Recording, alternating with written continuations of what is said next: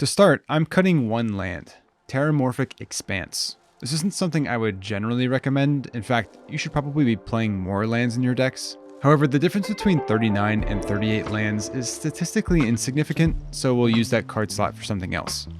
The fixing Terramorphic Expanse offers is useful, but I personally would rather have a card that's coming in untapped, considering we already have a decent number of tapped lands. There are a few cards in here that amass zombies. This isn't a go tall deck though, so I'd much rather have an extra token than stacking power onto only one card. I did leave Gleaming Overseer in the deck because of the protection it offers tokens though. A good example of an army strategy would be Sauron the Dark Lord. I've got a list on my Architect if you want to check it out. I'm cutting basically all of the Eternalized and Embalmed creatures in this deck.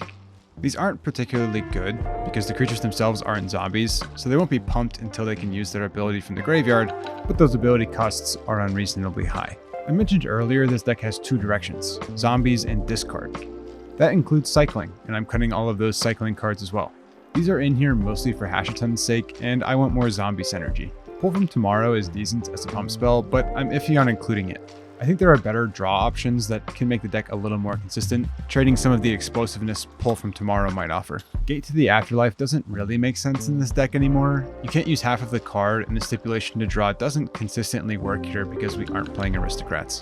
Maskwood Nexus is cute, but I think it's in here more to keep the price down than to actually synergize with the deck.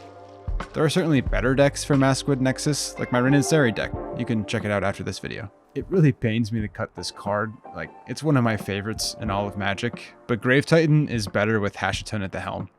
It's unfortunate that Grave Titan isn't a zombie itself because it really likes zombie decks on paper, but because it's a giant, there's just some missing synergy there. God Pharaoh's Gift is too expensive and I'm trying to recur zombies, not exile them. Again, probably better in Hashaton. Finally, the last of the cuts, I cut Never to Return and Dusk to Dawn. Return is pretty terrible, and Dusk to Dawn is a little too narrow for what I would want that slot to do.